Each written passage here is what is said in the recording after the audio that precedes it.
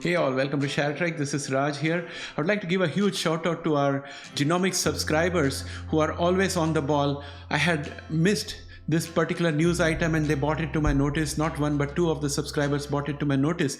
At first I thought it was too sensational, it must be fake news. But then when the second subscriber also said the same thing, I went and did a Google search and I found an MIT article. It's a reliable journal.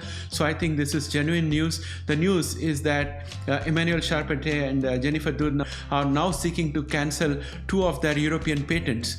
Now, why are they doing this? I don't know. We'll have to look at the actual application and more analysis coming from experts for that purpose.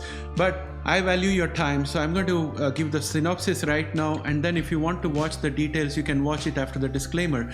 The synopsis is that Editas is in a much stronger position at the end of this.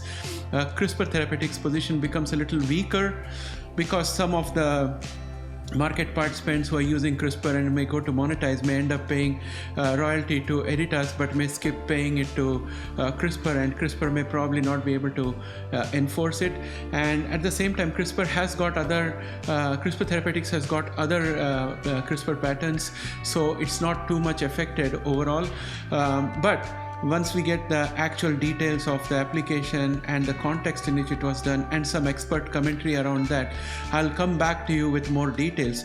Also remember, tomorrow I'm coming up with a video where I'm going to compare and contrast CRISPR Therapeutics versus Editas post this happening based on available information. So watch out for that video tomorrow. That said, let's get started.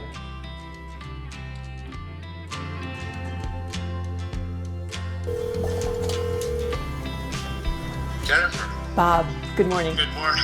Congratulations. Thank you so much. When did you find out about this? About 2:53, I think, was the moment. Phone rang and, I picked it up and she said, "Oh my gosh, you don't know." And I said, "No what?" She said, "You want to know what?" This is the first Nobel Prize given only to women. Is that true? Yes. Ever? Ever. Ever?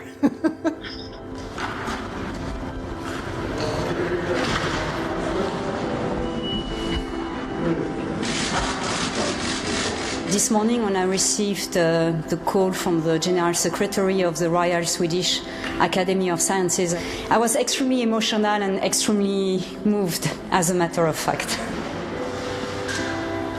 I'm so proud of the lab. I'm so proud of Berkeley. Welcome back, friends. There's a surprising legal twist in the long-running battle over CRISPR patent rights. Emmanuelle Charpentier and Jennifer Doudna, who won the Nobel Prize for their work on CRISPR, are now seeking to cancel two of their European patents. This decision comes after a European appeals board ruled that their earliest patent filing didn't adequately explain CRISPR for others to use, meaning it couldn't count as a proper invention.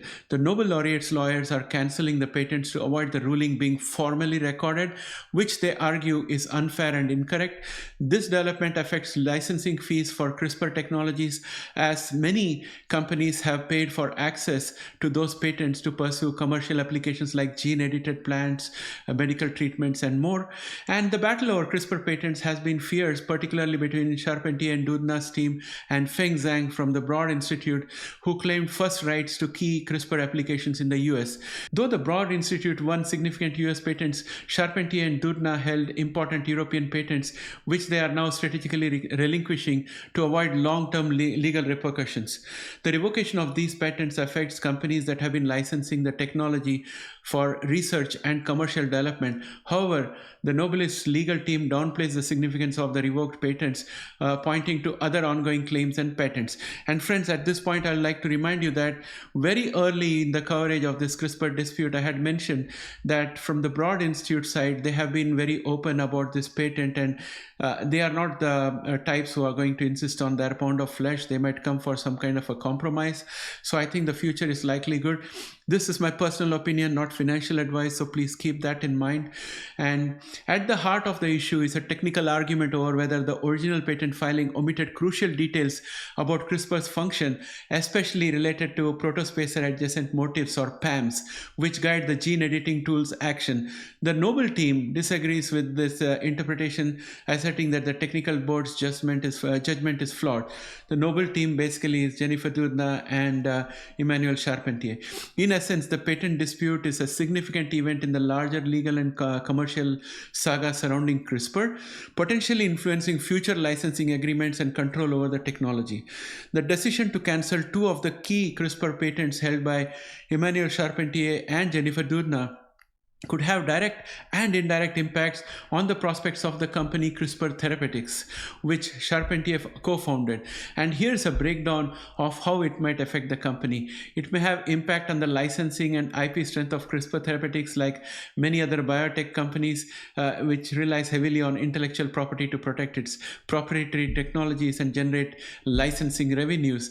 And also some companies might decide that they would rather have CRISPR try to enforce royalty rights, and they would probably go ahead and monetize just paying Editas for royalties for CRISPR-Cas9.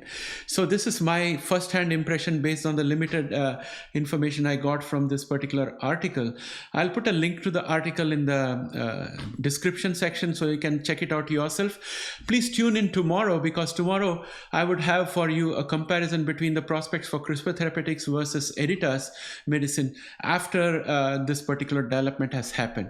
With that, my friends, I'd like to bring this video to an end, and may I say that I'm genuinely delighted to bring a meaningful CRISPR related article after a long time in this channel for the genomics investor. And this has not been deliberate, but the fact remains that the market is so bad that most of the genomic companies we have in our watch list are lackluster and nothing major is happening out there. No new data release, no new FDA approvals, no new IND applications. So it's been a very weak time. So I hope you guys enjoy this a lot. We are still a CRISPR oriented channel. We are still a genomics oriented channel. We are also doing artificial intelligence, which is likely to merge with CRISPR or genomics and come up with even more substantial opportunities. So stay tuned. I'll catch up with you again in the next video. Bye for now.